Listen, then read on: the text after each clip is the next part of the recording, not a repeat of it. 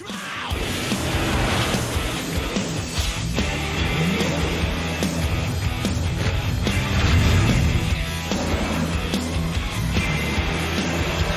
gonna say try not to slap the couch too much. Or clap, because that'll bring it up. Yeah, I do that all the time. It makes like kind of loud like boofs on that. I've definitely ear raped some people. Yeah, or even like I found I had the gain a little too high for our episode with our other friend Dylan. I don't know if you know. You know parents. Dylan. Yeah, you know Dylan. So, but there were a few points where we were just like laughing really hard a point where on the monitor it would be like in the red thing, and then I have to like turn up the volume on it because when the mic's on this setting for like groups and stuff where it records all around, like it's not as loud like when you look at the levels on here, sort of thing. I'm sort of used to that when we were in choir, because the mics, they'd be like, you can clap if you want, but you can't make a sound. Right, because the mic would just pick up the clap and it'd be like, right? Oh, really? So you'd clap like the. Yeah. Yeah. Gotcha. To kind of keep time, sort of thing, or. Well, because they'd be like, or okay, for like to show the crowd, yeah, like stuff like that. You're in one of those churches like in Atlanta in the States where it's all the people just singing. No. That's way too much movement. I love those churches, man. If everybody sang like that, I would actually go to church. There's one in Edmonton. It's called Bethel. It's in Crestwood. Okay. Really? And it's an all-black gospel church. Yeah. And that is the fucking place to go. What? it's I've been there a few times, yeah. and it's a ride. It's like it's like 2.5 hours long. Oh yeah. Like it's super long, but like it's like they're just the building is vibrating. Yeah. Like the instrumentalists are so loud that I swear like half of them are deaf.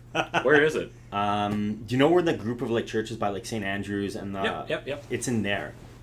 Like really? In one of the churches, or like it's in a zone bill. You have it's West on the corner getting towards. Okay. You've got West End CRC, and just south of it there's this white building. Yeah. Yes.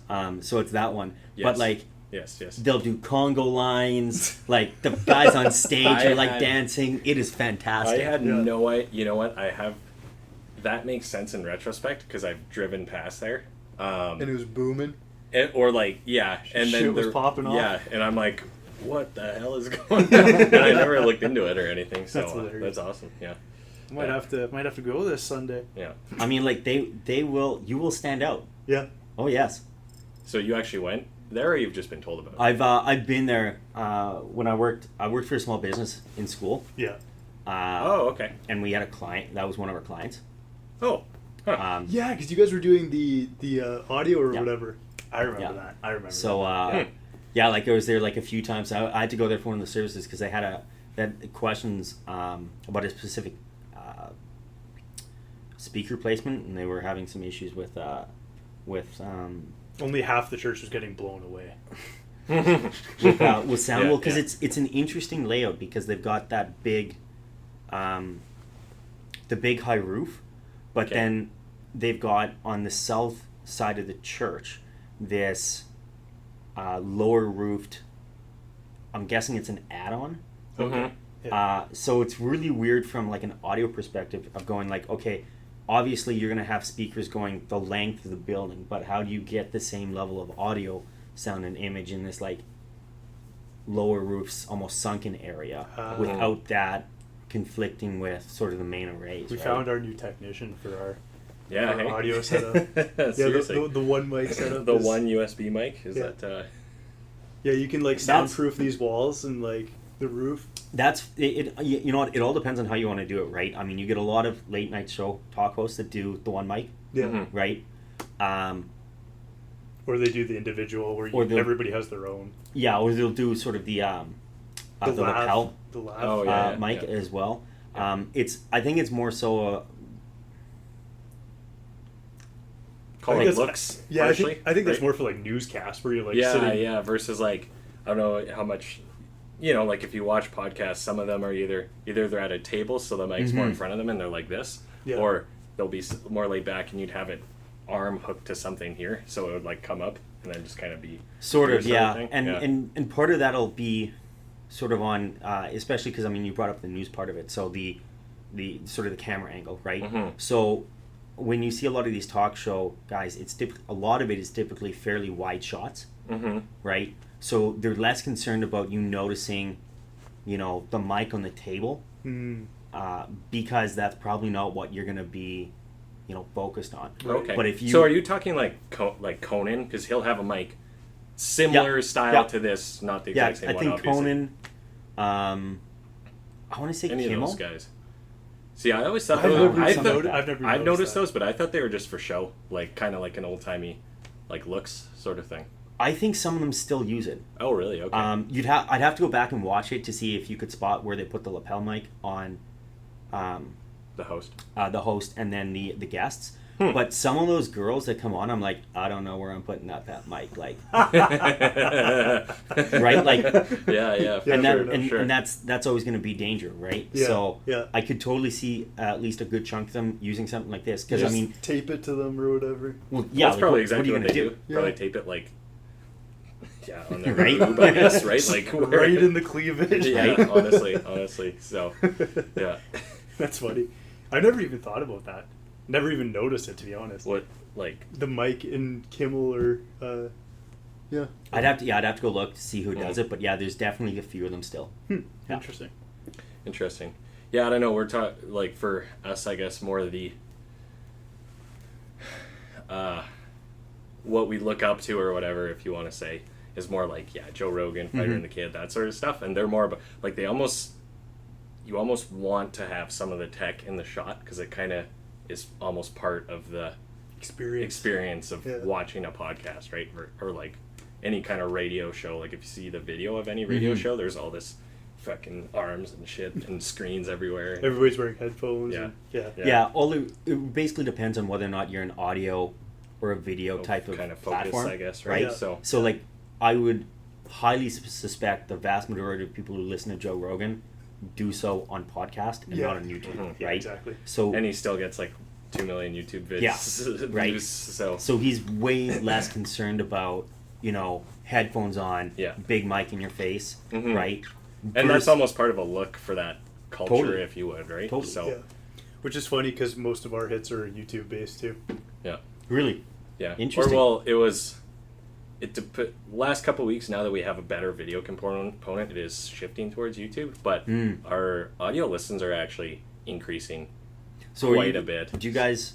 Because you also posted to LinkedIn. Is it the audio on LinkedIn is iTunes? just a link, so it's actually hosted on SoundCloud.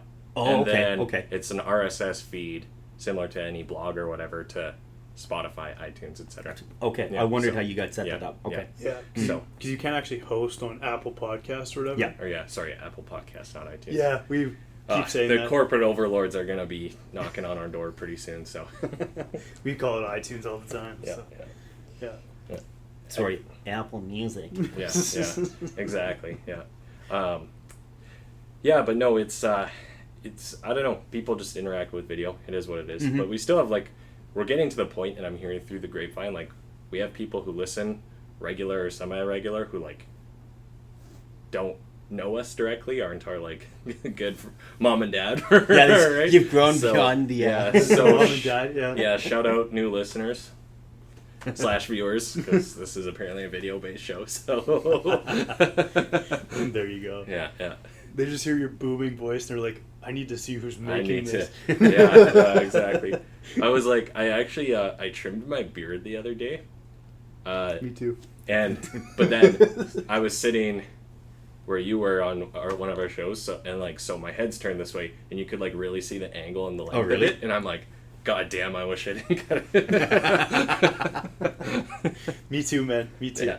Well, it was like you posted it at the Snapchat, and I was like, "Who are you?" Yeah, no I was like, kidding. Yeah, New you face, took a who lot you? off. I just kind of trimmed Yeah. a little bit. So Yeah. Yeah. No, you pretty much. I could commit a crime and then shave my beard. Wouldn't know who did it. Honestly, Honestly, see, I'm too committed to this, and I had a conversation with someone recently where we were talking about, because I've had a beard for 6-7 years, so in theory I'm sort of married to the look of it in a bit, which is whatever. But then if I were to shave it, I think the pigment of this skin would be different then you're even though I'm like fairly like fair skinned, right? Like, but if you think about it, like it hasn't seen sunlight, true direct in a long sunlight. time. Yeah. I mean, you started busting one out too. Yeah. It won't show up very well on the camera because that's you're fine. a blonde guy. Yeah. Exactly. Yeah. Well, yeah, because I even thought of that. I was like, if I shave this now, the burnt part of my face is going to be really red. Yeah. And the beard part is going to be really white. It's going to be like a reverse goggle tan. Yeah, pretty much. Yeah. Well, even like you can see there where the hat ended and where. Yeah, exactly. Actually, yeah, if you're, were you away this weekend? I was on a lake. Yeah. I was at So Lac you, any like weekend trip where you're just like hat the whole time, like you come back and it's like You gotta. Yeah. So imagine doing the hat and shaving your beard after the weekend, and you would be the reverse goggle tan of just a red. You would be like a ninja or like the Hamburglar at work the next day. Oh my god. Yeah. Oh boy. Oh wow. Yeah. I love it. So you skipped work today then? For the most part, yeah. Like I woke up feeling like crap. Yeah. Because I'm contract, like Yeah. really, the only person it hurts is my bank account. So Fair enough. Had to prepare for the show, make talking points. yeah. Yeah. There's like the third person that is like, because we've had literally 3 guests, and everybody's like, "Are you gonna send me something?" Or Yeah. like, "What are the topics of conversation?" I'm just Maybe- like, nah, dude. See, maybe I should invite the guests, but so then I can kind of more, like I said before the show, like elaborate, like just show up, like we don't really have an agenda. You can do like a copy pasta. Yeah, exactly. You can set up a. You can set up a Google email template. Yeah. Oh, I'm all about the Gmail templates. Like I recently switched my work email to You tell me G about Suite, this. and now I do email templates for like when I put up a new listing or like when it goes pending and this and this and this, and then so nice, saves countless hours, and then you're like not forgetting little things you have to tell people and stuff. Yeah. You can like add to it. You're also the guy that uses the sounds good. Okay. Oh man. Oh, I do that. The Gmail ones. See, but the funny thing is like, and for people listening, if you don't know, like Gmail, well, A, reads your emails, but B, they give like, if an email, it's kind of like intelligent in that it like gives you like 3 pre-made responses to each email, and you literally press one button and press send. Yeah. And it'll be like received, thank you, or like sounds good, or here you go, or whatever. And it's like, it's actually alarming how many emails in a day can be answered with them as well, right? Where it's like a 3 to 4 word response. So it's, I don't know, AI making your life easier, I guess, right? So I don't use it so much for email. Okay. I use it more for Hangouts. Oh, yeah. Because a lot of our communication will go through Hangouts. Oh, okay. And that has your canned responses. And sometimes they work well. And sometimes I'm like, will do is not how I answer this question. That is not the correct response. Yeah, of course. Right? Yeah. But yeah, there's a few times, or even when you start typing, and it'll come up with the predictive? The predicted, and you're like, Yeah. that's pretty close. Yeah, that's pretty close. Oh, jeez. Yeah. Yeah. The coaster did the thing again. Oh, the thing where it gets stuck? Yeah, the condensation. Yeah, it's a magic trick that we do for the audience. We're gonna learn how to box dance in the club tonight, I guess. So you're finishing up your MBA. We were just talking about this before the show started. So tell our audience why you decided to go with the MBA. Especially because Josh and I are fairly anti-education Yeah. types to a reasonable degree. A little bit. Yeah. I wouldn't say anti-education. I would say anti-go to school. Formal. Yeah. Formal education. There you go. Yeah, I'm like, don't read books. Only need YouTube. Yeah. No elementary school. Yeah. I would say twofold. The first was, I don't know, did you ever have Evandro at McEwen? I did, yeah. So he started literally every class with, you're all getting an MBA. So I was kind of somewhat indoctrinated. Okay. After having I do remember that one too. class with him. But then I took one of his special elective classes where he would start the class with the same prompt. Yeah. So I was like double indoctrinated. Okay, you're like, he wasn't just trying to say this to get like a gasp from the room or something like that. Right? So I mean, a semester of that, definitely changes your brain. Put some thoughts in there. Right? Yeah. That, and I really like learning. I don't so much mind formal education. And I kind of always wanted to do some type of graduate degree. I toyed with seeing if I could get like a master's of economics or political science, something like that. But the sort of the MBA came about. The U of A offers a really easy 1-year program, 1.5 if you take it slow like I did. But right. So that helps. And then, as we were talking earlier, the business world as a whole, especially finance and banking, just seems to be moving faster and faster towards, you have an MBA to get X job. Gotcha. Right? So, looking around at the commercial lenders at work, 50% of them have MBAs. Right? Okay, yeah.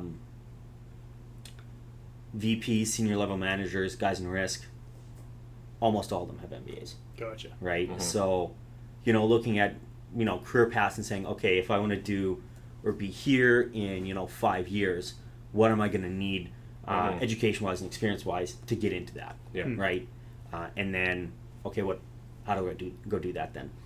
And part of it too, the MBA is fairly useful if you want to transition industries as well. So a lot of my classmates have like science or engineering backgrounds. So they did like the lab thing or the engineering thing, or they did research or something like that. And they want to get into a different line of business, whatever, or they want to go manage, say, the engineers or the scientists, right? Yeah. And the MBA allows them to learn a lot of the business skills and whatnot to do so and to be successful. Because you just need an undergrad to get in. You can have any undergrad. Gotcha. Okay. So you could have a science background and go into it. You could have like a nursing degree in theory, if I'm not mistaken. Yeah. Right? Like we had a couple nurses come in. Really? Yeah. Oh well, I was just taking a shot in the dark with that one. So no, a couple nurses came in. One of my classmates. Is that because they like want to go? Who knows? More into managerial roles. Yeah. Okay. Yeah. So one of the guys, or one of the nurses, okay. he's a guy, and he said, "Yeah." He goes, "I like being a nurse. I don't want to be, a frontline nurse anymore, but I really like the industry. How do I get into either a manager or consulting role?" And he goes, "You have to have an MBA." Wow. Okay. Or some type of master's degree, right? He said, "You MBA or Master's of Public Health." Yeah. And he took the MBA. Just it's a little more versatile. Like I got a classmate, Bachelor of Music. Really? Yeah. Lots of science, lots of engineers, some business. One of my classmates, Bachelor of Architecture. Yep. Okay.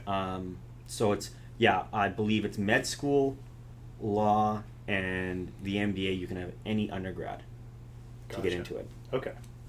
Yeah, because there was some people that went sciences and then went into law, and I was kind of like, why? Because obviously probably more a BCom background would be a little bit more. It depends. I would look at it more as like, what's a harder degree to get? Yeah. Right? Because doing like engineering and then law, like, yeah, fuck. Why, man? Like, maybe that would be a useful technical specialized skill set, but like... What's the term that a person really likes pain? Masochist? Yeah. Yeah, you'd be a masochist then. Yeah, exactly. That's our word of the day. Yeah. Masochist. That's funny. One of my friends in law has a Bachelor in Music. And he went to law. Yeah. There you go. So... Intriguing. I think the top 3 successful degrees, I believe, are philosophy, math, and honestly, it was some type of Bachelor of Arts, like political science, something like that. Okay. But I think the top 2 are math and philosophy, for obvious reasons, right? The math being you really understand logic in that, and then the philosophy side, you really understand the logical reasoning, right? There's actually a disproportionate amount of Fortune 500 CEOs that have an undergrad in philosophy. Yeah. I think you're probably referencing the same data. Yeah. Well, it's possible, Yeah. But I mean, if you go to like look at the Wikipedia background of some Mm-hmm. guy. Yeah. Interesting. 5 times out of 7. Oh yeah. I don't know what I'm saying, 5 times out of 7 or whatever, but you'll see a philosophy background. You're like, what? I actually thought about doing a master's in philosophy. Yeah. I liked it, but I got yelled at in that class. So a lot. Really? Why? Too many? What did you do? Well, was it 100 levels? So there were a bunch of 18-year-olds? Yeah. It was a 100. Hey, level would class. that old guy in the back stop distracting? I was the actually at the girls? front of the class, Raising my hand. Yeah. and I came in drunk the first day. With, Oh, okay. With the buddy that wasn't even in the class. He didn't even go to McEwen. He went to U of A. So him No and I- wonder you got So yelled him at. and I show up to the class just 2 sheets to the wind. And I asked the prof halfway through the class, I'm like, hey man, you want to go get a beer after? But yeah, no, the reason I didn't get yelled at that much in that class, I think he actually liked me, but the main topic we had a conversation of, and I got called out immediately. Just going back for a second here, in that class you had to do discussion questions. Oh yeah. Okay. So every single time you went into that class, there was a discussion around a certain topic. And this Like topic, where they had the forum things or whatever? yeah, and you had to Oh. post it to the Blackboard or whatever. Yeah, pre-submitted, right? Yeah. So people would read your responses and stuff. And the one response that I did was essentially on this: men and women are different. And I had said, yeah, it's true. Like biologically, they're different.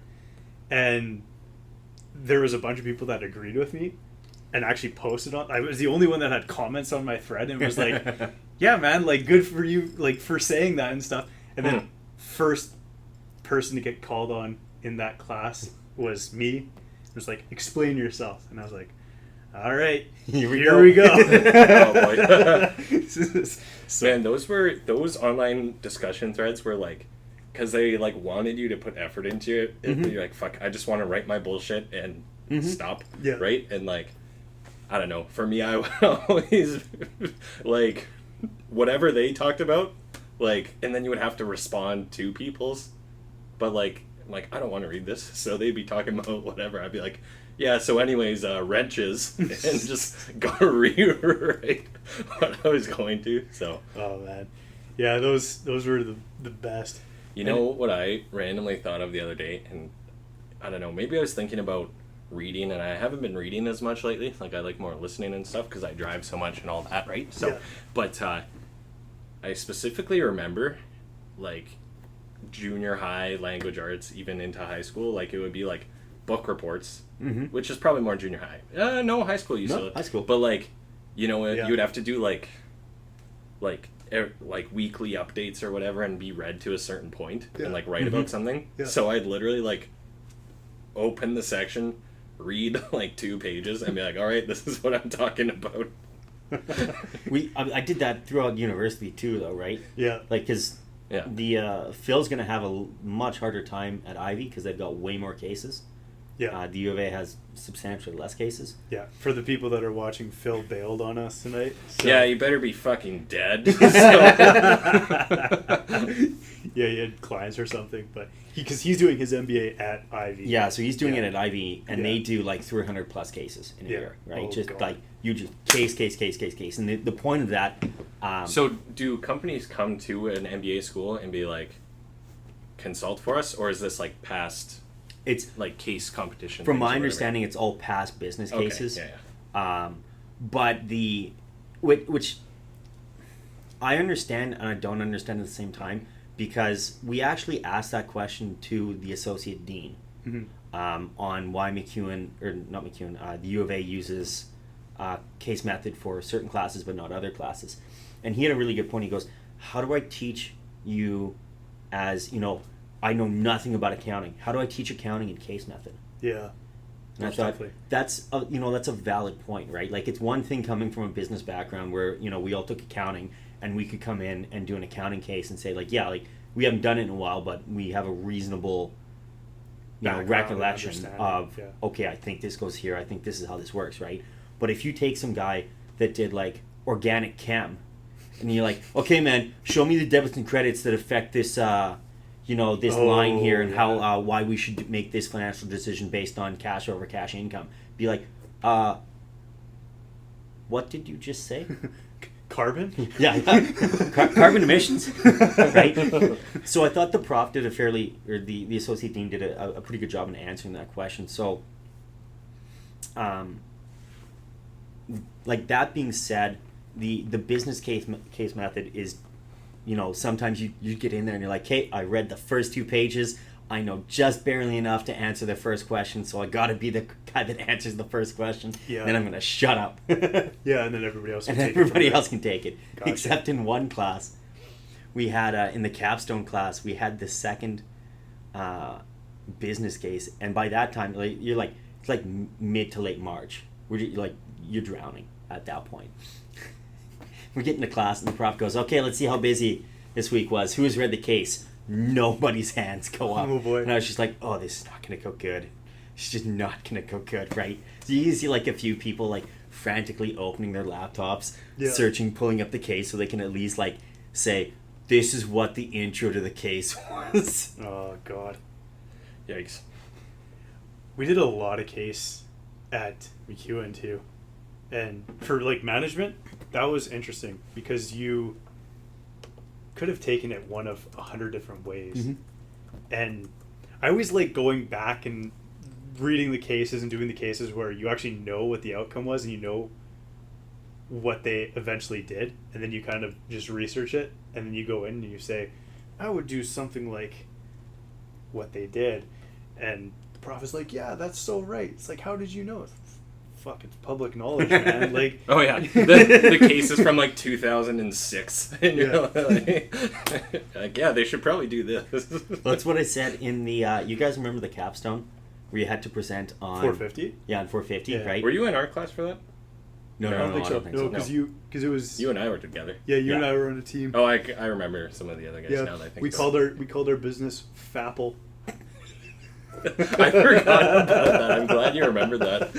I just remember that because we had to do like presentations, and I was like the CEO, and I always had to introduce the company. It was like, well, today for Fapple, and the class just went wild, and it was good times. It was like in South Park, where have you ever seen the one where they buy the Washington Redskins? Yeah. Because it's so offensive, but they're like a tech startup that does nothing. So then as Cartman walks out on the stage, he's like, fuck you, fuck you. Like greeting the people.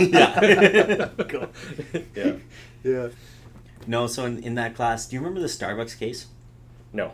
Like, you're like, okay, it's like 1999, you're Starbucks, what do you do, right? Yeah. And did you ever meet Kyle McDonald? I may have. Yeah. Sounds familiar. He and I were in a group, and we came up, and I was like, because we didn't really like the class, and some other stuff that went on where we just like, this is just a joke, so like we're just gonna make this a joke because I think it was only like 5% of our mark. So we get to like the recommendation side of the just hold it there just for 1 second. Whenever you had a subject or whatever was like 5%, and you just like, there were certain times where you're just like, I'll throw that 5%. We'll go on to the next one. I was about to say the same thing where I'm like, nah. I remember I had one 8 a.m. class where she would do like, every person had to do like a presentation, but it was basically like teach the class for that day. Yeah. So and it counted for like 5%. I'm like, maybe this started me on my entrepreneurship path of like, wow, the effort to pay off does not make any sense. I'm not going. Or like the participation where it was 5% and you just didn't show up to any class. Anyway, sorry, continue. So Kyle and I get up there and we do the presentation, we get into it, and we get to like the recommendation phase, and we click to the next slide, and a big logo of Apple comes up.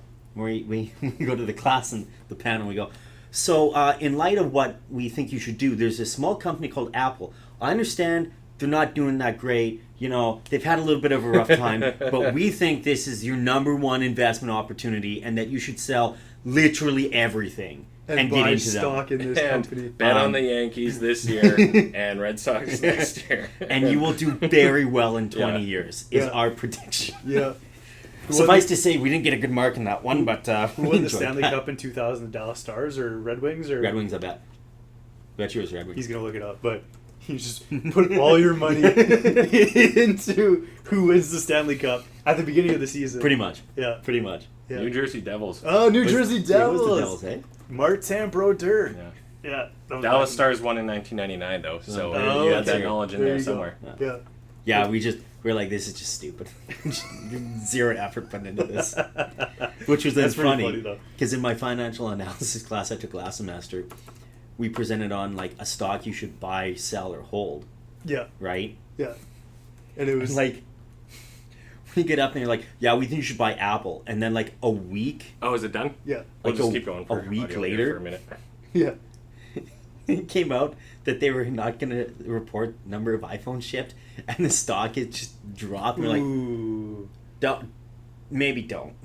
Do you know who's the guy? Because you know they did the Montreal Options Exchange. Yeah. Did the fake investing thing or whatever. Mhm. And who was it that just put all of his money into 3-time gold stock or whatever? And it was, you know what I'm talking about? Yeah, but I don't remember the name. Yeah. What? Well, it wasn't Fisher, was it? I don't think so. No. So, a little bit of backstory is the Montreal Options Exchange does every single semester there's like a mock Oh, yeah, okay, I remember investing this. thing Yeah, where you yeah. you invest your fake money into the stock market. It uses the real data or whatever, and whoever has the highest portfolio at the end of the semester or whatever wins. Yeah. And so I think it was Phil actually told the guy, I can't remember who it was though, to just be like, YOLO the money, throw it all into like 3x gold, the gold ETF or whatever, and you'll either win or you'll fucking lose. Who gives a shit, right? So in that semester, it was pretty volatile. Mm-hmm. There's a lot of people moving into gold, and the guy just literally beat everybody else by at least 3x or something. It was insane. Oh, because gold was going up. And Gold was just skyrocketing. Actually, I do remember in skyrocketing. those years. Yeah. But, man, case comp, go back to 2014 and just be like, your company should invest in Bitcoin. It'll wait till 2017. You say that though, but I was reading, I can't remember, it might have been in a business case, but I'd love to know, or I'd love to hear a story on it, because apparently there's a rumor that, sort of like the same thing with this gold thing, right? Yeah. So traders in Chicago and New York would book a trade, and then they'd drive to O'Hare Airport in Chicago, or they'd fly to or JFK. Yeah. And what they do is they buy a plane ticket to Dominican or South, somewhere far, far away, right? Yeah.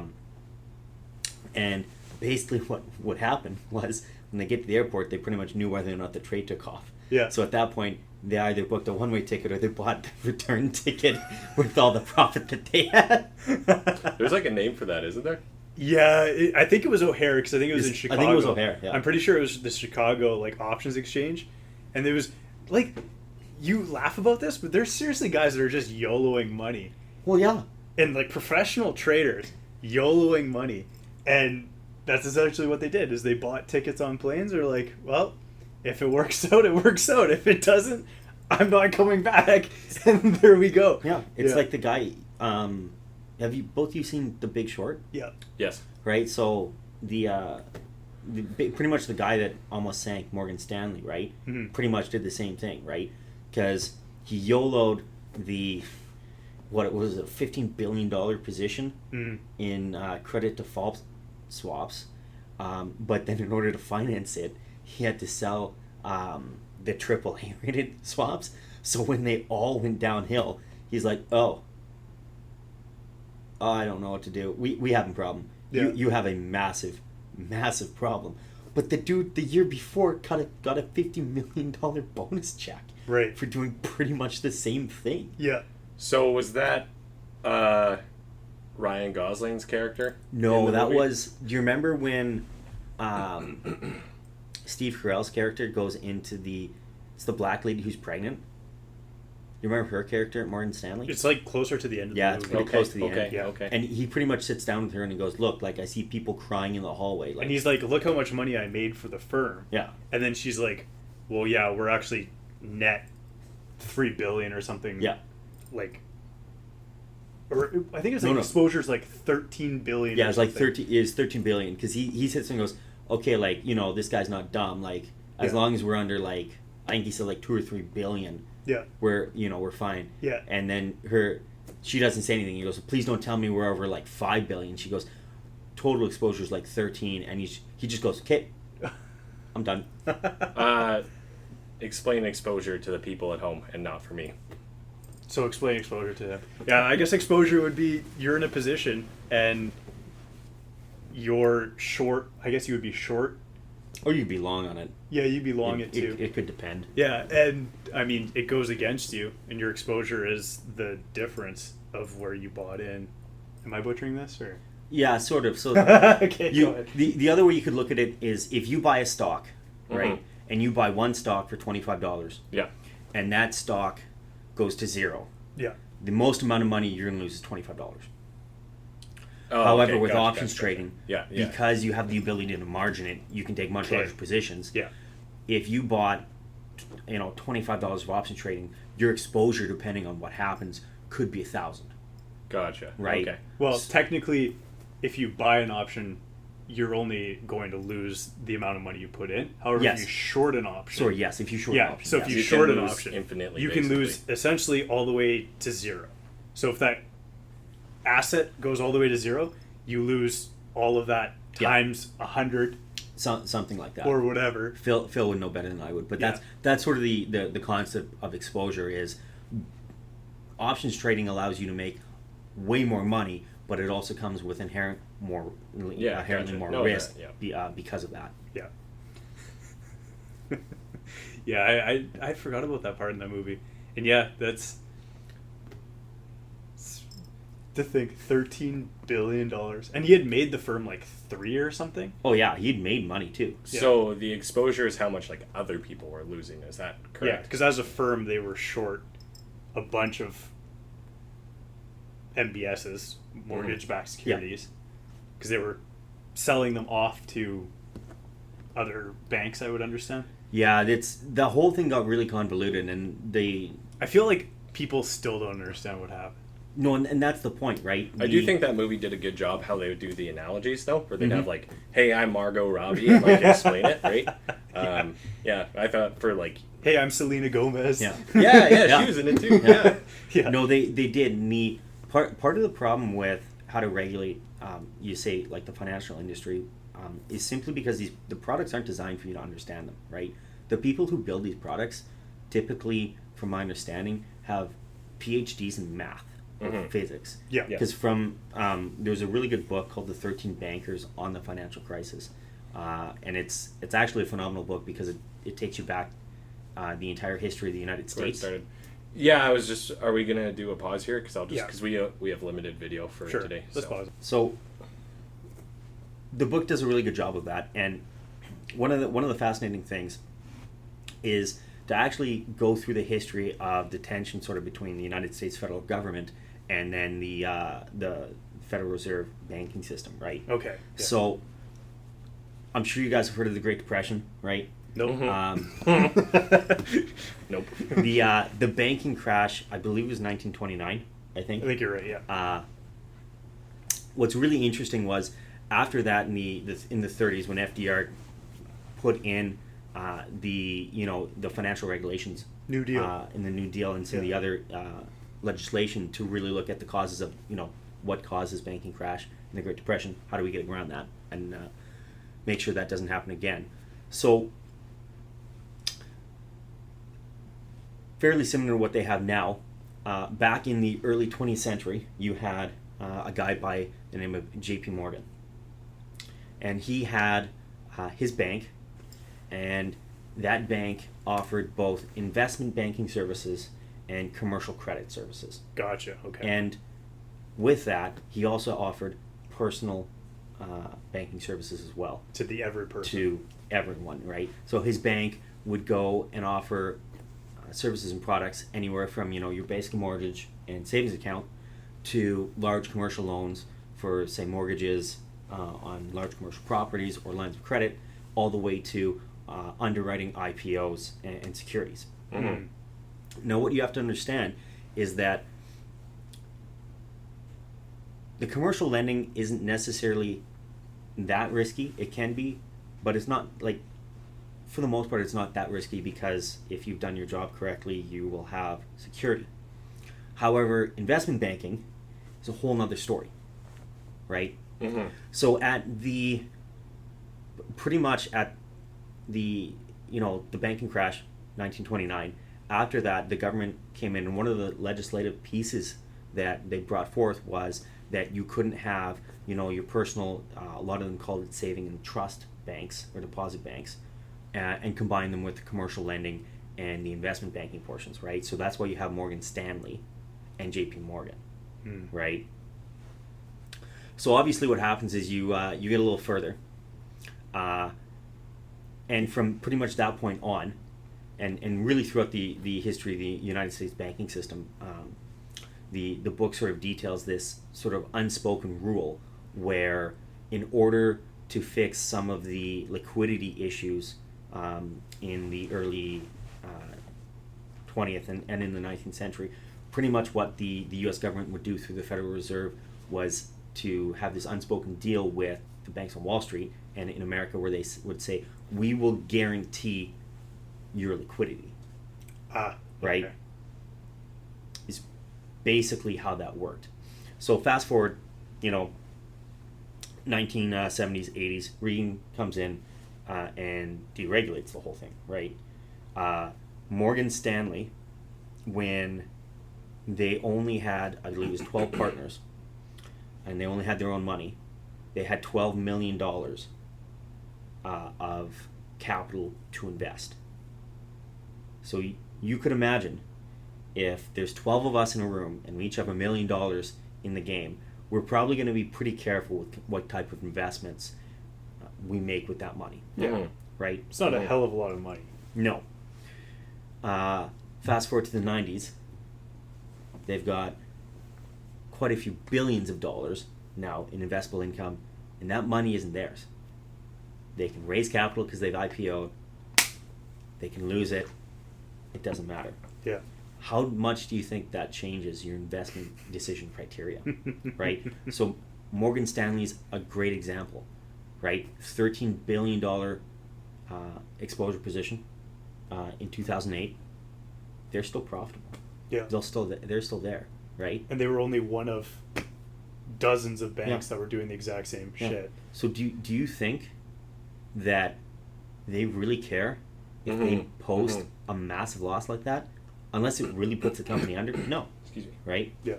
So then, so fast forward to 2005, 2006, you've now had the investment banking and the commercial lending banks reconnect essentially to the personalized savings banks, without the with the understanding that they are fully guaranteed still. I want to say it was actually 1999 where it actually came into effect, where they could recouple. That would make sense. I want to say it was 1999. So But it was Reagan who deregulated it? It was Reagan deregulated it, and but there was a Clinton administration Clinton thing that furthered came in. Yeah. Oh, okay. That essentially allowed them to recouple with. Huh. Yeah. Yeah.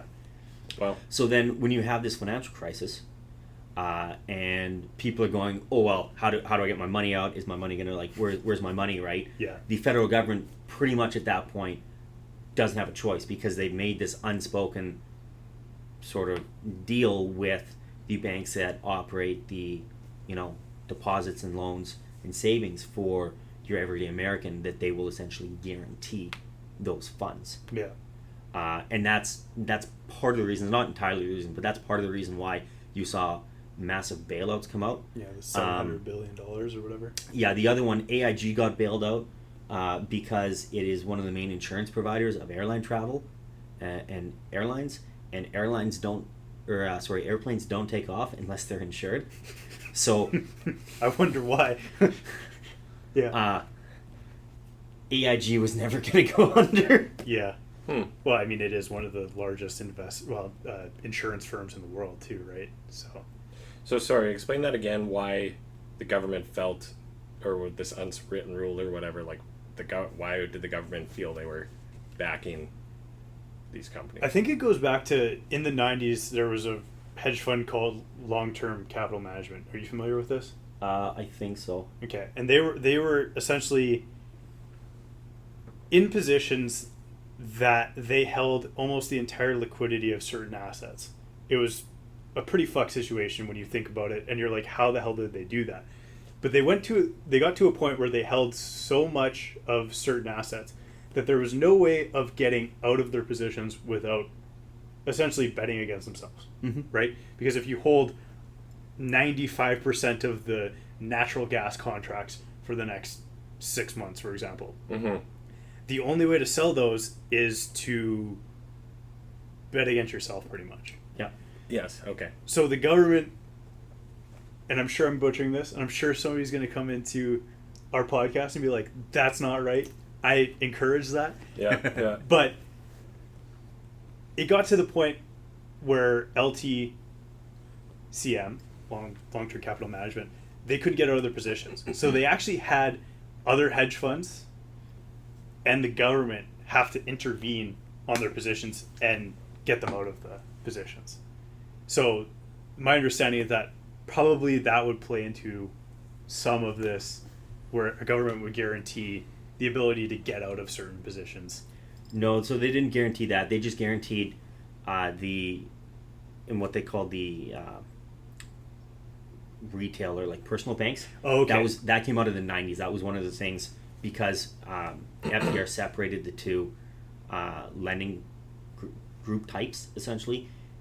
In order, one of the government's primary ways of, hedging against something like that ever happening again was to go back to these banks and say, hey, like, you guys do you. We understand you guys don't have massive profits. In order for you guys to feel safe in this industry, we will essentially backstop you, right? Yeah. So it's like one of the things people don't know about ATB Financial. So ATB Financial is owned by the government of Alberta, right? Every deposit in that is guaranteed by the government of Alberta, right? So if you are a chartered bank, CIBC, TD, RBC, you have federal insurance, and up to $100,000. Pretty much up to $100,000, right? So ATB, because it's backed by the government of Alberta, has an unlimited guarantee. You could have $400 million in that account, and that money's guaranteed. Really? Yeah. Ooh. Right. Intriguing. Huh. Okay. What do you know? Now, is that a good thing or a bad thing? Just is.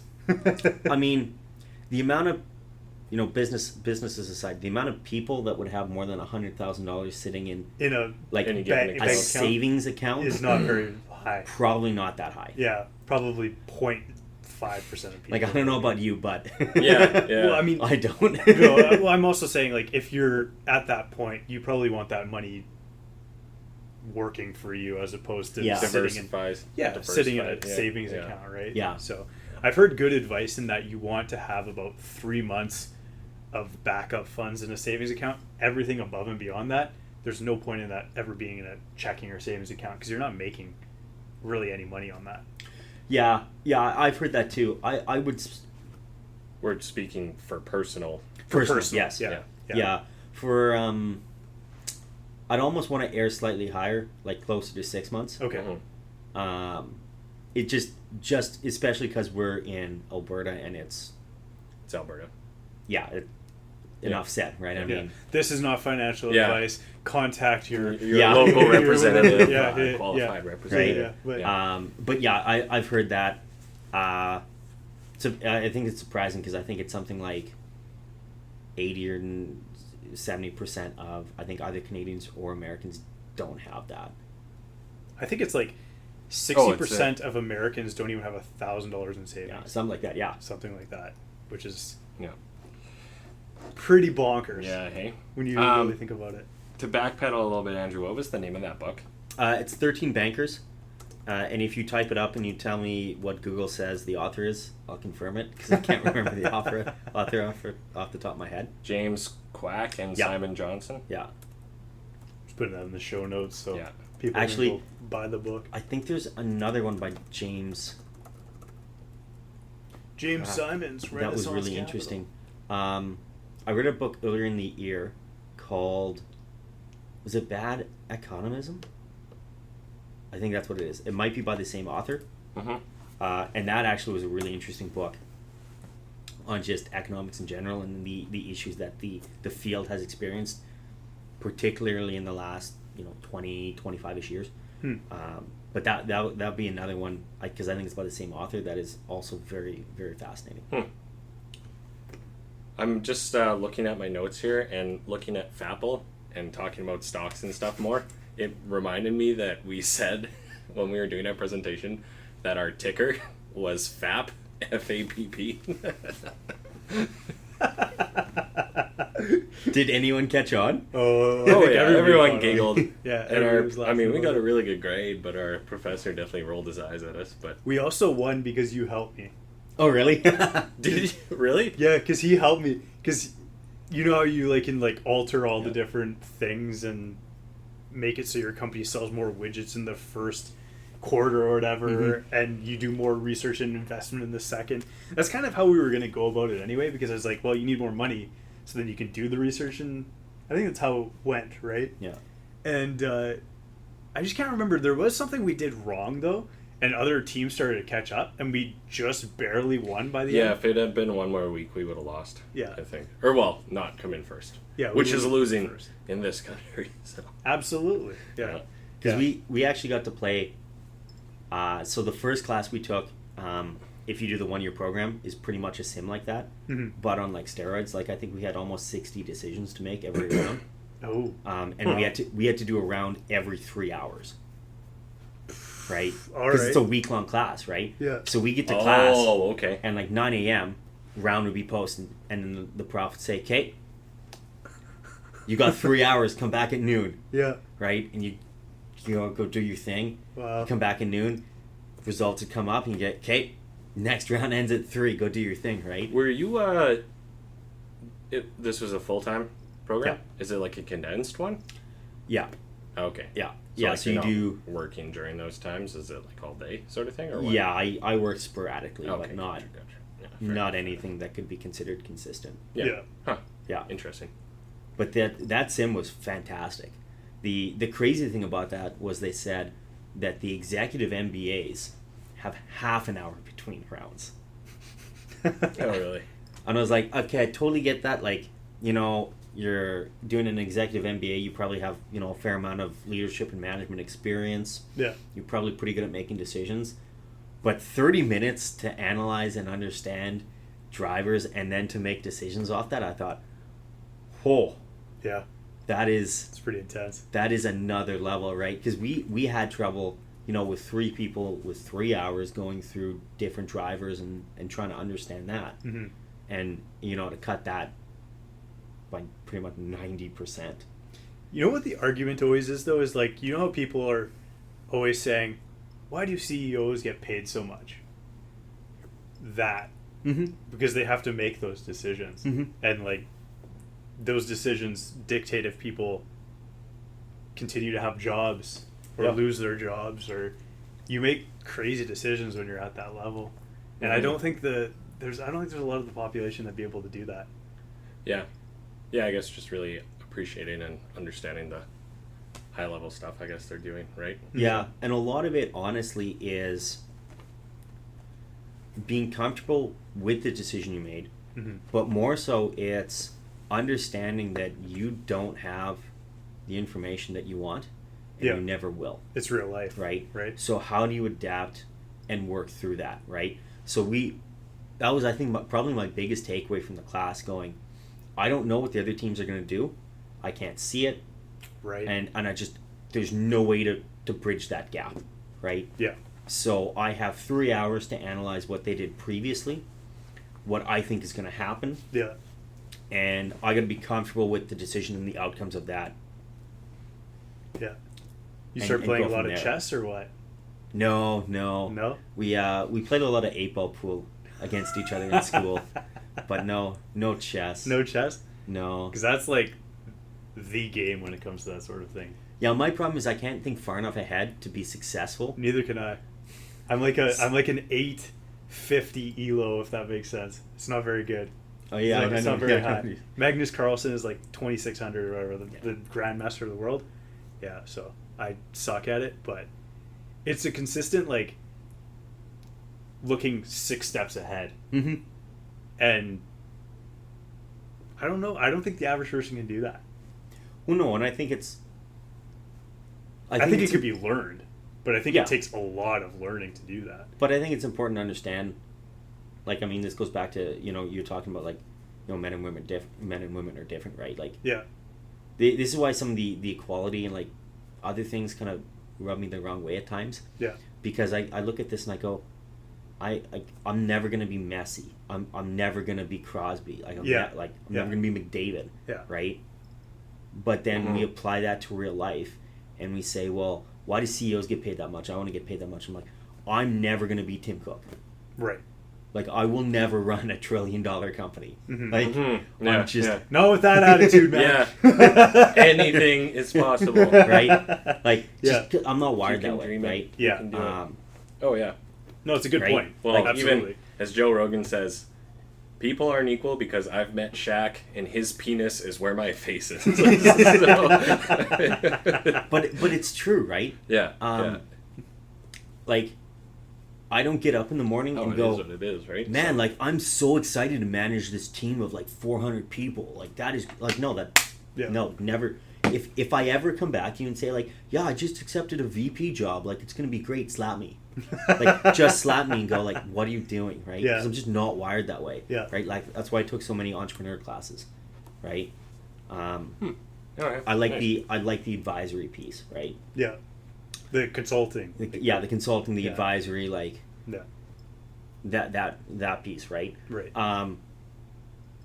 In the same token, my brother's an engineer. He highly unlikely he's gonna be, a divisional VP at wherever. Like, pick a company, right? Yeah. Yeah, for sure. Right? For sure. Because he's not wired. He's not built and wired that way, right? Yeah. Certain people are definitely better at certain things. Oh, totally, right? Well, I mean, that's what makes our society, right? Like, that's what makes it tick. If we were all real estate agents, that's great. That would be a nightmare for one. Right? But like, who's gonna go fix the plumbing? Yeah, It's not gonna be any of us. Exactly, right? Right? That's a very good point. Yeah. And that, there's so much. Well, I always joke that, especially if you ever try to join like any kind of networking group or whatever, especially as like a realtor or a mortgage broker as well, like, they have a cap on how many of them are allowed in, and it's usually like 1 or 2, because otherwise you just get a room full of realtors trying to get referrals from each other, which by definition won't work. You need other jobs to, right? So. Yeah, and I think as a society we've sort of lost some of that, right? And we've lost this sort of, I guess, contentment. You blame Instagram too, but like this sort of contentment with like, like I'm never gonna be McDavid, and I'm okay with that. Like, that's okay, right? In the same respect, like, one of my really good friends, right? A lot of them work in the trades. Mm-hmm. They're not gonna go write $1 billion loans, right?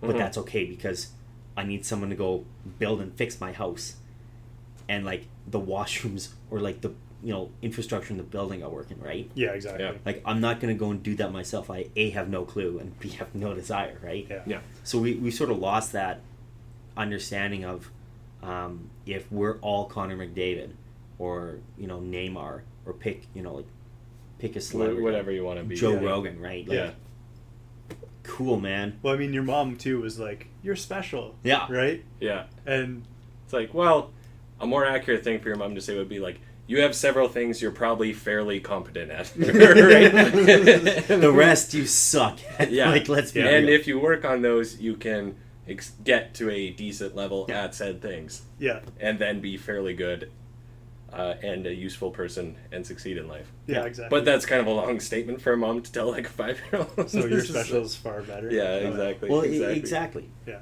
and on the other token too, I mean, like, you see everybody else on those social media platforms posting their Lamborghinis or whatever, and then you become depressed. You're like, why don't I have that? Yeah.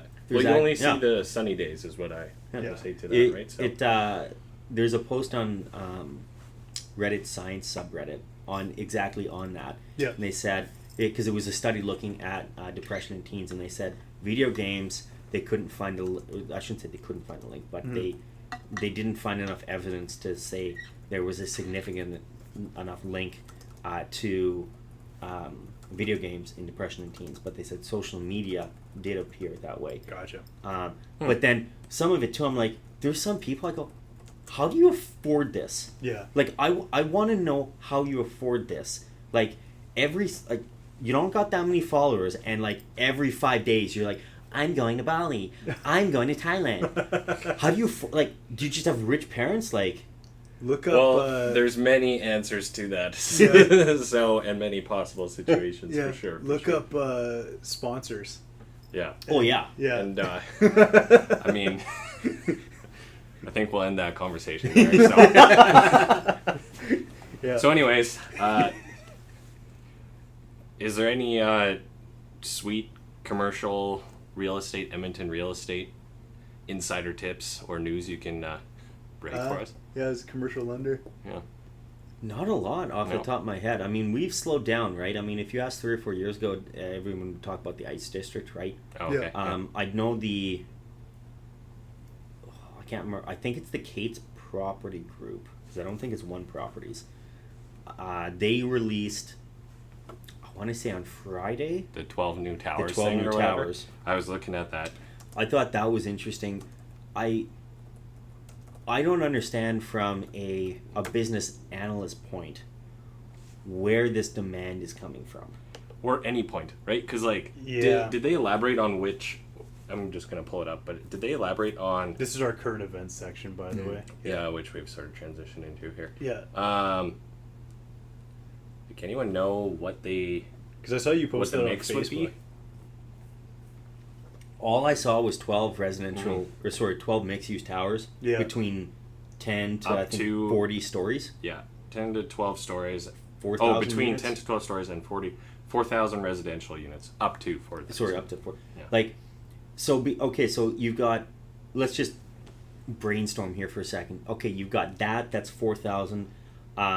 There's way too much on the market right now that they are turning those into either office buildings, or they're turning office buildings into rentals because they don't know what to do with them. The city wants to put, I believe, enough housing units in Blatchford to satisfy this is crazy, satisfy demand for the next 70 years. That's the dumbest thing I've ever heard. I'd have to look at that number. Consistent with the city's brilliant development plans and urban planning. But, like, from a business standpoint, I don't know how you're going to make money. Do you not understand supply and demand? Like, literally, the first thing they should have taught you in business school, probably in your first semester, Economics 101, supply and demand, right? So, like, have you seen the ICE district? The ICE, is it ICE district? Yeah, there's 2 the towers. Sky there. residences. Yeah. Have you seen those price drops on those units? I've seen like headlines or ads or something that they're price dropping, but then I didn't look at the specifics and numbers, I guess is what I should say. So yeah, they've dropped their prices, and now they've included parking in it. Yeah, because they were selling them separately. They were selling separate. So when I went to go look at them, because I was like, I got to see how ridiculous this is, right? Yeah. So I walked in, and what did I look at? I looked at 628 square feet, 1 bedroom, 1 bath, at a height that got parking. That was, I think they started at 415,000. Yeah. Or 420,000. That sounds about right. Yeah. Okay. And parking was $75,000 extra. Yikes! Really? And yeah. To put that in perspective, we sold a almost 1,100 square foot condo in the Ultima building 2 years ago and I think it was like 470. So you got an additional 500 square feet. So I remember looking at the sales rep and thinking, so what you're telling me is that this condo, tax included, because I got to pay tax on it. Yeah. Because it's a new build. It's going to be close to 600 G's. Is pretty much 550 plus. Mm-hmm. And I looked at that and I was like, do you guys understand what kind of house I can buy for that? Like, I understand, like, downtown, condo. Like, I totally get that. Yeah. But you're telling me this is a $550,000 condo, and my condo fees are going to be $350 a month. Mm-hmm. I was like, you guys are out of your freaking mind. Yeah. Right? Yeah, that's still that's pretty ambitious. So now they've dropped the prices. They've included parking. Yeah. Parking. But from my understanding, they still can't sell enough of them. Oh, yeah. Well, I remember someone who was not in real estate or whatever, because I guess they had like a launch event for the Sky Residences a while ago, and someone was like, oh yeah, they sold out first day. And it's like, maybe they like only released so many and sold them all, but like there's no way, right? Especially because that's it's a tough market, and then you're being the upper end of a tough market. Yeah, you're the upper end. And that's interesting you say the parking, because I believe earlier this year, one of the, let me make sure I articulate this correctly, one of the highest sale prices for a parking stall in downtown Edmonton occurred this year, and it was like 40 grand-ish or something. No, like it was last year, and it was 70. Really? Or 60. Yeah. Was it 60 or inside a 75,000. No, it was. I think it was in the Ultima. I think you're actually right. I think it was the Ultima. I want to say $75,000. But you know what's also going on who did here it, so in I'll find Edmonton it, is you're but- seeing a lot of people transitioning to those rentals, like Raymond Block. That's 100% rented out. That building came online October of last year, and that's not even October of last year. I think they started in December. 100% rented out. There's other rental buildings that are now near full occupancy. So it seems like there's a shift in that direction. Yeah. There was a stall in Ultima sold for $45,000 this year. I don't remember if that was record setting. I thought I read it was, but I could be mistaken. Yeah, I want to say $45,000 for a fucking parking stall. I want to say someone sold. No, maybe it was in the. I want to say it was in the Ultima. Yeah. Yeah. It's kind of ridiculous. Yeah. Like it's. I don't understand it from a supply and demand standpoint. But then going back to rentals, I'm only looking at rentals. Yeah. Well, I think a lot of people our age, that's what they're looking at, right? That's actually very much a thing where we all have commitment issues, right? Well, it's even the millennials just taking longer to buy homes and stuff, right? Yeah. So part of it is just capital, right? Yeah. So between throw out some basic math. Let's say you bought a cheaper condo, so let's say $250,000. Sure. That's pretty cheap. Yeah. I mean, that's still a pretty nice condo in a lot of the parts of the city too. Yeah, exactly, right? Yeah.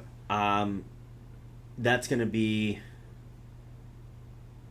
what is it, like $1,100 a month ish? Yeah. In mortgage, plus your condo fees. Let's say $400 a month in condo fees, so $1,500 a month, right? Plus, you're gonna have to save up your down payment. Between whatever 5 and 20%, whatever you want to do. Yeah, with something like that, you'd probably want to aim more for 10, right? Because it's not that expensive, right? So from that perspective, okay, I got to save up 25 grand, and then I'm gonna spend $1,500 a month, or I can go. I don't like using the Hendricks as an example because I think they're slightly overpriced. They're slightly overpriced. Slightly overpriced. Yeah. Or I can go to the Hendricks and get, maybe it's going to be smaller. It's probably going to be like 100 square feet smaller. Yeah. But it's going to be pretty much the same price. Yeah. I don't have to save up for a down payment. Yeah. And if literally anything goes wrong, I don't have to deal with it. Yeah, it's not your problem. Right? Or if you're like, I hate this place, like you lose your deposit and like it, or if like something goes really wrong and you need to move out or. Yeah, or if you want to skip town, or if you want run to Mexico or go whatever, travel right? somewhere, there's that too. Right? Well, it is just a fact that like our generation is buying homes a lot sooner, if not trending towards not owning homes, right? So, and that's why you're seeing the purpose-built rentals. And I think the interesting thing that is a big indicator and makes me question even more why Ice District does this is several of these purpose-built rentals started as condo projects, like to be sold. Yeah. Then combined with the economic downturn as well, like it, good for them because a lot of them are leasing at a fairly high occupancy rate, right? For semi higher end things, but they're also driving prices down, right? Yeah. So, but even so, yeah, I don't know. This 12 Towers thing makes no sense, but I also think it's kind of just publicity, putting zoning out there. Like, it's good to be ambitious, but I also feel like there's some promise of work for these guys that are just finishing up these projects. It's like, well, we're starting some other stuff, so I mean, it's not all bad, right? Like, we can still keep that infrastructure going. As long as we're spending on infrastructure, I mean, things can't get that bad, right? Yeah, like I maintain that's what saved Edmonton over the last 5-6 years. Oh yeah, the fact that sure. we pumped $5 billion of infrastructure into downtown. Yeah. Right. Is that the number? Yeah, I think it's $5 billion, something like that, Wow. right? What do you know? So, and you're definitely seeing that for sure, because we're at, like, it's funny because even like when we think that back to when we were university students, and being physically so close to it, like it was the glimmering hope of what the city will become or whatever, and now we're kind of on, when you really think back of it, we're more or less on the tail end of it. Like they're still finishing some parts of it, but it's kind of like, oh wow, like it's come a long way, right? For sure. So yeah, I mean, like downtown is recognizable completely. I was even thinking about this because actually we had a unit listed in there once upon a time, the Legacy on 105th and 103rd, 07 build, and like we were walking past him, me and a friend, and he's like, oh, I have a buddy who lives here, it's pretty nice, blah blah blah, and then he's like, what year was this built? I'm like, oh, 2007. It might be give or take year, but I'm pretty sure it's 07. You're right, and I'm like, fuck, like looking around, like the next oldest building is like the Omega, which is 09, I want to say. So once upon a time, that was like one of the tallest condo buildings around there. If you like think of it, like looking at the skyline, it's kind of an underwhelming building, but you're like, this was like a like a jewel of Edmonton at one point. What's like a monolith structure at one point, anchor of the skyline. When you like look around at what would have been there at that time, and it's you're only like, 20 floors high. So what has been built since then? So you've got Fox 1, Fox 2, Ultima, Icons. 2 Ice District. Icons. Would have been approximately Icon. the same time. Icons Those older. are 05, 06. Are they? Yeah, they're older. Yeah. They're very close, very close. But now all the 3 new commercial buildings or whatever. But like there's a third Fox going up too, isn't there? No, is that Vulcan? Encore. No, that's Encore. Yeah. Encore is actually getting surprisingly close to being done. Okay. More considering I parked in the dirt parking lot that it now occupies, like it's right a across the year and a street half from Center High. Yes. Yeah. Okay, Yeah. gotcha. Yeah. I parked in that parking lot several times. Yeah. When we had Ultima listings, because that was the closest one, and that then was a they year and a closed half it. ago, or So, 2 years ago. 2 years ago. Yeah, like, oh shit, comes along pretty quick, right? So It does, yeah. Well, when there's money getting pumped into it. I think the Falcon one is like kind of a weird one because supposedly they haven't disclosed publicly disclosed funding or something like that. I read that a while ago, but something like that. Interesting, because they usually like to put on massive banners. Like if you've seen the Encore one, there's a massive ATB banner. And I think there's a whoever massive financed it, CWB banner, right? Same thing with the Beaverbrook, one in Stony Plain. Yeah, they've got the 2 massive banners, right? They typically like showcasing that. Yeah, so I'd have to look, but I kind of heard that at one point, and I don't know any update. But speaking of YOLOing money, I thought I heard that they were kind of like it's a very early project, and they're like, fuck it, let's try and sell some so we can then get the financing. I don't know. It's interesting. I could be talking out of my ass, but I did kind of was informed on that at one point, right? So the lender might have told them that they got to get pre-sales before they start. Getting in there. The interesting thing with the Falcon, one of my friends, his uncle was Brad Kennedy, right? So Brad Kennedy did a lot of the architecture in downtown Edmonton. And, his uncle unfortunately passed away earlier in the year of a heart attack. So then it'd be interesting to see what happens with some of the builds, like, because I think they were going to do Falcon 1 and see if that still goes through or if that project gets shelved for them to pick up a new architect. you and I were discussing the McLaren with Phil. Oh yeah, Because the McLaren's gone up pretty quick too, and that's a fully rental building too. Yeah. Same thing as the Hendrix. Yeah, same company too. Yeah. Yeah. It's actually Is it? Vancouver, Yeah, it is. Vancouver it is. developer. Those guys. Yeah. That one actually looks fairly nice. I don't know. It Honestly, thought it was pretty. Like, I might actually go into it because that honestly looks pretty reasonable. Yeah. It's that one actually. I do believe the original intent was condos for that, but they actually bought the buildings there. Like, Glenora Bistro used to be there and stuff. Like, quite a few years ago. Like the purchase date to, like, I believe their construction was kind of delayed, sort of thing. So, Okay. Yeah. And the Hendrix is sold now to someone else. Yeah, they sold the Hendrix. Yeah. They also sold off Edgewater. Edgewater was sold off too. But that wasn't the same guys, was it? No, I don't think so. Edgewater was whoever did the Pearl. I can't remember who it is. Regency. Yeah, Yes. Regency. Yeah. Yeah, and then I don't know who they sold off to. Probably some REIT. That's Most exactly likely. who it is. Yeah. Because generally speaking, once it's sold off, they hire different management companies, and the quality of management actually decreases quite a bit. Yeah. Like, you can go on Google reviews for a lot of these buildings, and, like, here's a rental tip.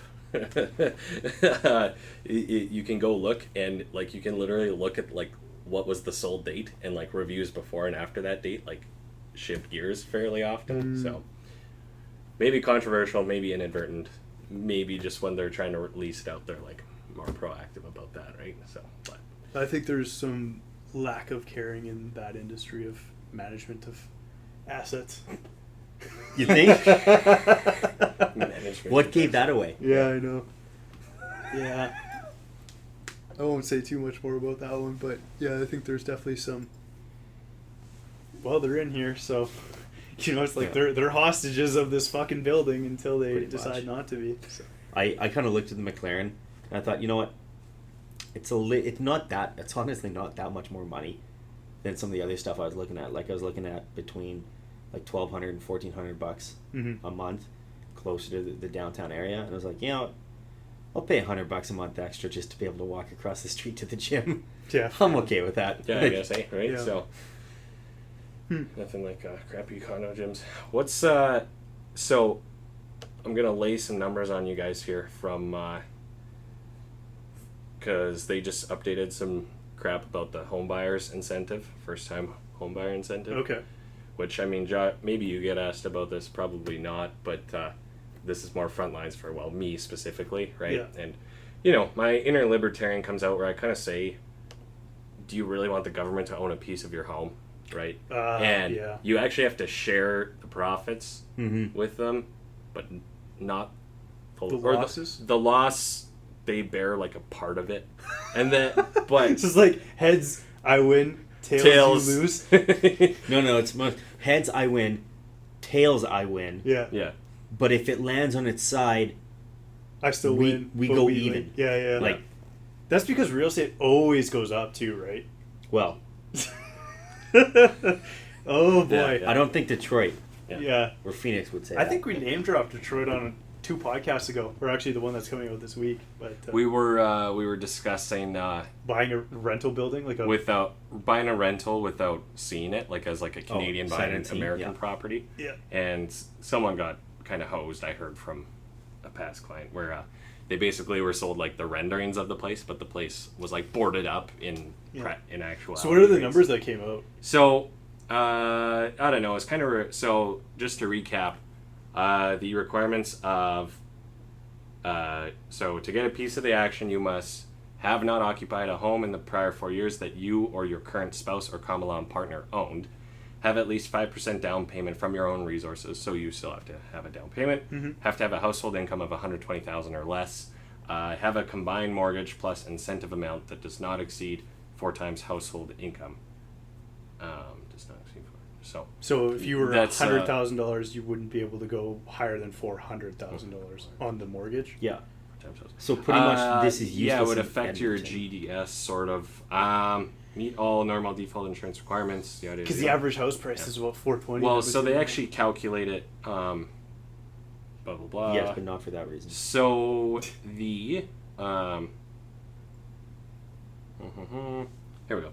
The maximum allowable purchase price is about $565,000, but you would need to have the max income of 120 grand and a 14.99% down payment from your own funds to which get that is amount. what, $75,000-ish, $80,000? Yeah, something like that. that. So Good luck. some fast facts here. This first one I kind of laughed at. So in 2018, only 1,100 homebuyers in Vancouver and 2,300 in Toronto would have qualified Oh, good. for 'cause that if this was, yeah. So I'm sure that's the market they're going after. yeah, and that's less than 10% of sales, right? In those markets for the year. Yeah. What was this? I feel like it's an attempt to prop up the rest of the country after those two markets exploded. No. I think... I personally, and like we try not to go too political on this show, but I think this is kind of a liberal government move to try and garner votes That in the is next vote election. buying. I would say Because personally. the majority of people are going to view that and say, oh, that's great, that's going to help me, but not understand that they can't qualify for it, or it actually becomes useful. I would just view that as vote buying, right? And part of the reason I'd say, because you said most of the people in Edmonton wouldn't be able to qualify for that because the housing price is too high. I would say a lot of people won't be able to qualify, but I would disagree with the reasoning, and I would say it's because the median income is too high.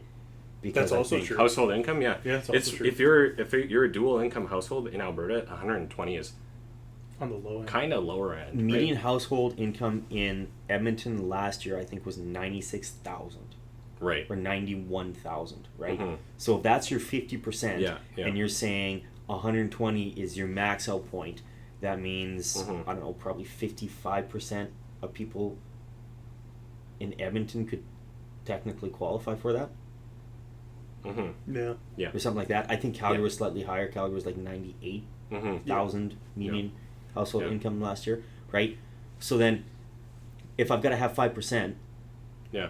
How is this helping? It's something, and then actually I saw something where it broke down the mortgage payment difference, and it's very minimal, right? So, end of the day, it's just another loan somewhere else, right? Like I personally don't think it will increase qualifying as There's much. not a tremendous I also amount think it of will money. get probably axed, right? There's also not a tremendous amount of money too that's lined up for it. I can't remember what the statistic is, but I think it's like 1 point something billion dollars.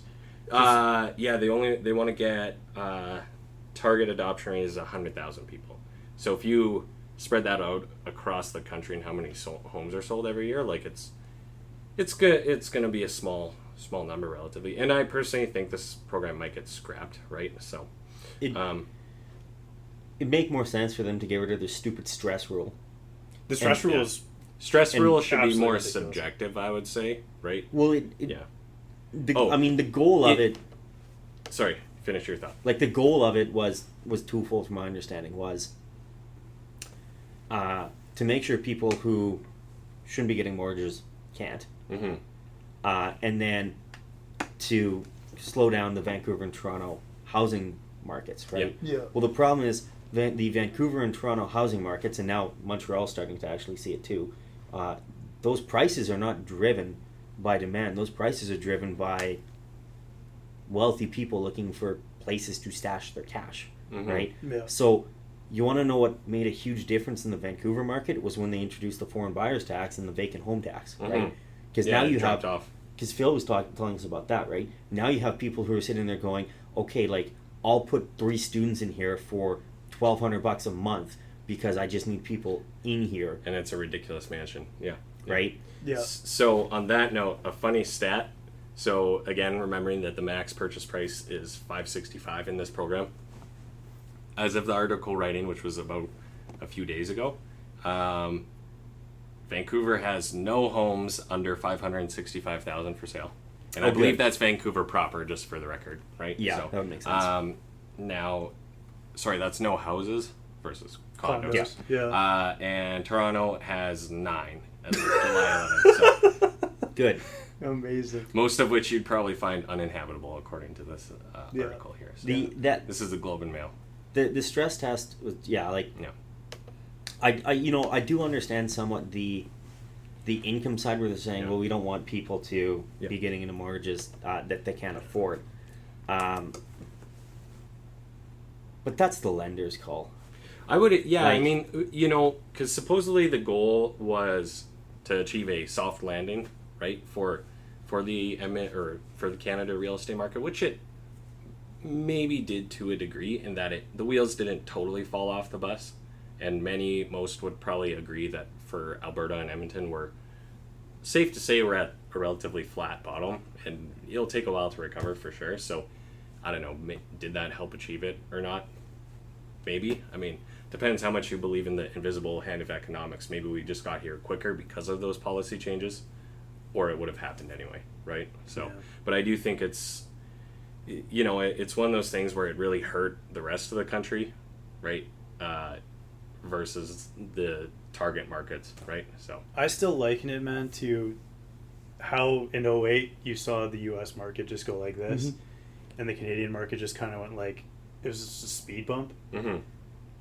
But I mean, like we were talking about the Big Short earlier, right? Like, I have never seen, you know, I don't know about third-party mortgage lenders, but like we'll see the banks, in essence, that hold the majority of the mortgages, sit there and go like, yeah, like we'll approve you no income verification, like we don't care about your income, Mm-hmm. like that is, that will not happen, Yeah. right? Yeah. So the amount of people in Canada that could get the type of mortgage that would severely disadvantage them, like they did in the United States, Yeah. that caused a lot of the issue, Mm-hmm.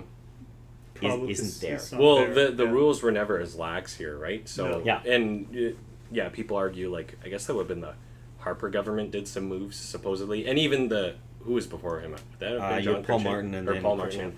Supposedly, kind of the '90s and 2000s economic policies of Canada were much more proactive and never really allowed that type of lending, which is good. I guess we can thank our lucky stars, right? So, granted, like I do still personally see like some, not every day, but like I see some people who bought in '07 and like prices like are down from then for sure, but it's 20 grand or something like that, which depending on the price of home isn't outlandish, right? Like it's a lot of '07 purchase prices I see are similar to 2014 levels, which is reassuring, I suppose, to a degree. But then I see the odd '07 home where like it's like $100 grand loss, right, or something like that, which is tough, and that's crazy, right? So, and it was some weird niche markets that also went really wild those times, and I believe because 0% lending was a thing in Canada, It was. but I'm assuming it was probably hard to qualify then, right? So, you know, it was a lot of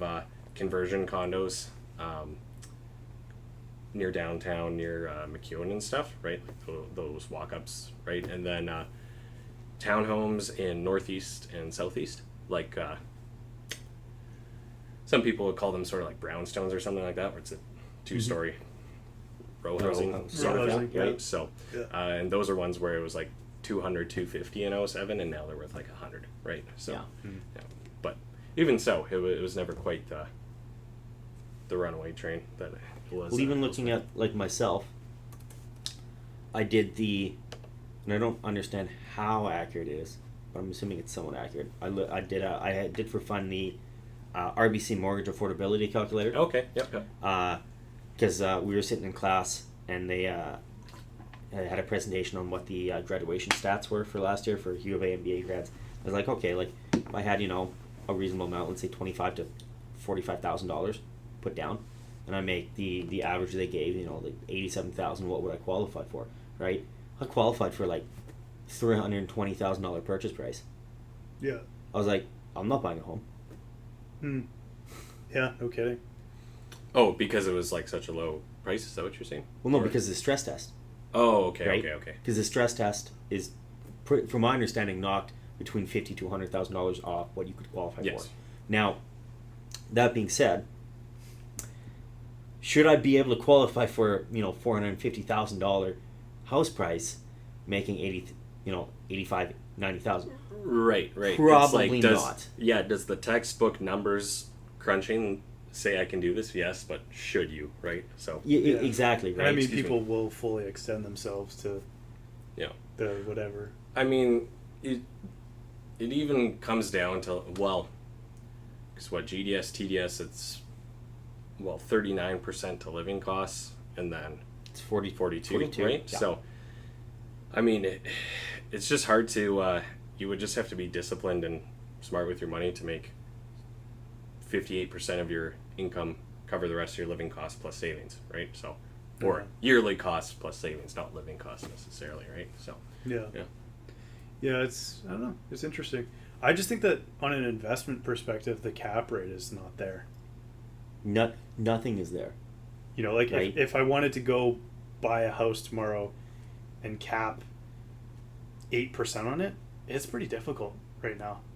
I would say at the moment. Like, you mean renting it out? Yeah. Right. It'd be pretty difficult to get that. But are you looking at cap, so like textbook cap rate or whatever, where it's like as a percent of the value? Yeah. Correct? Yeah. Like, yeah, it is skewed in Canada, but do some not argue that cash on cash return is a better?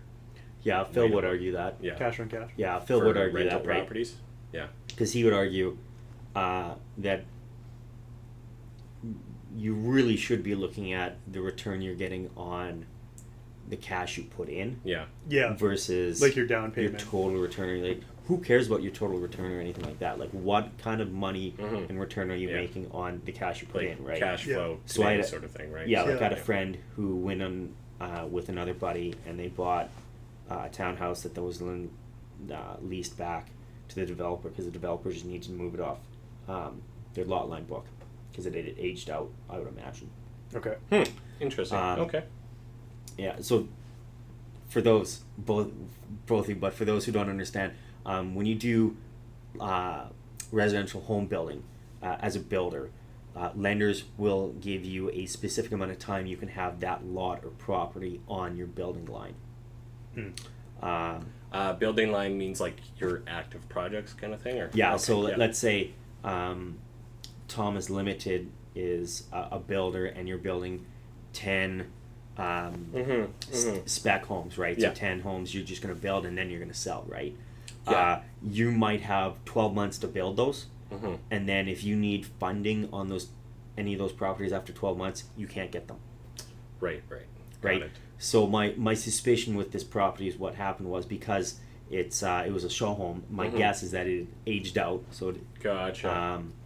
it hit 0% Yeah. on their lot line, and they had to pretty much pay it back to the bank, the mortgage, and remove it. But then they still needed it, right? Right. So he got a great deal because he got the house for a reasonable price because they had to move it quickly, and then they come back and they said, okay, we'll pay you X amount of dollars to lease it from you for the next year because we still want to use it as a show home, right? So it's cash on cash.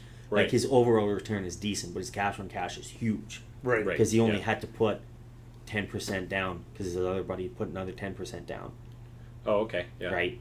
And they're making a huge amount of money on this, right? Yeah. That's I think that's why Phil would argue. Yeah, that is And fair it's what too. it's in a way with more accurate to look at it because it's like, what money are you like sacrificing right now Yeah. to make this investment return? Whereas So the if I have whole cost 40,000 or investment. 80,000 for a down payment, if I put that in a GIC or fucking Bitcoin or or Dogecoin or in a checking account or into a rental property, like that would be a more accurate comparison when you're making investment decisions too, I would think. You make a $40,000 down payment or whatever, and you're taking in, I don't know, $1,300 a month or something in rent. Yeah, exactly. Right. Exactly. I mean, we're all in investments, right? It'd be ridiculous for us to look at our investment portfolio without looking at dividends in it, right? Because you might end up with, an investment or capital gains increase of like 2%. And you go, oh, I only made 2% this year. And it's like, well, no, if you made dividends, then you might have made 7%. Sure. Right? Right. Yeah. I mean, obviously, you're not going to be making that because you're going to be paying out your mortgage on a monthly basis and all that. So, I don't know. Go home, do some math. Yeah. Open up that Excel spreadsheet, guys. The Excel spreadsheet and let's go do some tables. Run some numbers. I actually did that for what I thought I'd have to pay out in terms of like living cost to move out Yeah. versus like living in a different different city. Yeah. I'm pausing. No. Keep going. Keep going. So the And what were you looking at for? I was just looking at jobs in different cities. Yeah. And I was like, okay, if I live here, like, how much would I have to make in order to like live? Sure. Kind of deal. And how was it comparably to Edmonton? Where were you looking, I guess? What cities were you looking I looked at Edmonton. I looked at Vancouver. I looked at... What else? I looked at the Philippines because I thought it'd be kind of funny to go to like Southeast Asia. Yeah. What else? I think that was it. I think, yeah. Oh, sorry. Edmonton, Calgary, Vancouver, Philippines, and then Right back. somewhere in... I picked some random spot in the States. I was like, let's just go like Austin. Okay. And I just did the math and I was like, living on your own sucks. Okay, now I need a dual income. Good. And yeah, that's how we recommend you make important life decisions, Yes. like getting married. Is look at the only think about the income. Yeah, that's funny. So, what was like average rent in the Philippines? I guess compared to here? It's stupid. It's like, what did I see? Like I want to say like $500 a month. Oh, really? $800 a month. Yeah. So like interesting. somewhat somewhat comparable, but like it's. And is that for like? Because you know how people are like, oh, you can live in Thailand for $300 a month, but it's like, okay, but where are you living, right? Like, I mean, that's what it is always, right? Like in Edmonton, you can pay a condo, a rental board probably like $400 a month. Do you want to live in the area where you pay $400 a month? No. Yeah. Right. So. And like even so, people say that in Southeast Asia, and you're like, okay, so I'm not like a paranoid person, but different country, foreigner, you don't speak the language. Maybe you should spend a little more money here and live in maybe a slightly safer part, right? Yeah. Like, could you live probably in like Bangkok or Phuket or Manila or Hanoi for like dirt cheap, like $350 a month? Oh yeah. Mm-hmm. Will you come back alive? Will you come knows? back in one piece? Yeah, exactly. Yeah, very Yeah. true. Sorry, Philippines and Thailand were. I don't think we have any viewers there yet, so. Oh, I don't know. Yeah. International. Yeah. Cost of living's an interesting topic It's of intriguing. conversation. Yeah, Yeah. to look at. Because, I mean, if you look at the States, for example, you have your coastal population centers Oh yeah. versus, like, everywhere else. Yeah, and net migration is going away from the coast Yeah. right now, right? Yeah. It's Oh, nice- really? Yeah. It's nice to live on the ocean, though. Don't get me wrong. Is it cost of living is driving people away Cost from of that? living and housing prices, Hmm. right? do you Namely know? the most expensive cities in the United States. San Francisco, New York, Miami. Boston, Miami. Washington, Yeah. Miami, Yeah. Los Seattle, LA, Los Angeles, Seattle. they're all on the coast, Yeah. right? Yeah. Which is not necessarily a bad thing, right? But it's net migration is currently like Austin, Texas is growing ridiculously fast. Yeah, no kidding. Texas Denver. I've heard a lot about Texas blowing up. A lot of people from California moving to Yeah. Texas. Oh, really? Yeah. Interesting. Okay. Yeah. Because it's I mean, I guess so it's much not cheaper.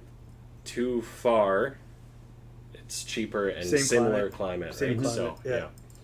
You Houston's know, actually a pretty that good- actually crossed my mind the other day thinking where I'm like, I was in Vancouver recently and I was just kind of thinking like, statistically, most, like, because we're always like, oh, it's so nice to be on the ocean and whatever. And Sure. I spend time in Victoria as well and stuff. You're like, oh, this is great. It's nice to be by water for vacation or whatever. Yeah. But statistically, most of the world lives close to the ocean. Yeah. When you think about it. Yep. Right? And then for us landlubbers, landlocked prairie boys, like it's like shit. Like I guess it's weird that it's a novelty to us, but for most of the world, that's normal. right? And you would just get over the ocean being there, because I would always be thinking like, or you can smell the ocean air, or like, well, we were in a high-rise hotel, so you could see the ocean. And you're like, oh, this is so cool having an ocean view, which is, I'm sure, still nice when you're selling condos or whatever, but it's kind of like, I think for most people, you're just eventually like, right? I mean, statistically, a lot of the world lives on water. Like, technically, Edmonton's on the river, too. Mm-hmm. Right? Well, yes, you need a source of water, but my point is, like, being on the ocean. Well, even thinking of, like, would you go live in Calgary, or would you go and live in Vancouver? Are you asking me based in on my what? dream scenario, or like me today sort of thing, right? Because I would personally say Calgary over Vancouver. So you take Calgary over Vancouver? Where I'm at, because then I don't have to have, I can keep my Alberta real estate license and don't have to keep both. So yeah, okay, that's fair. Yeah. Mountains is nice there too, because you're pretty true. close to the mountains. Yeah, you got that too. When I was looking at, like, do I look at a job in Calgary? Do I look at a job in Vancouver? Right. Mm-hmm. The cost of living in Vancouver is not that much more than Calgary. Right. Oh, really? Okay. From what I found,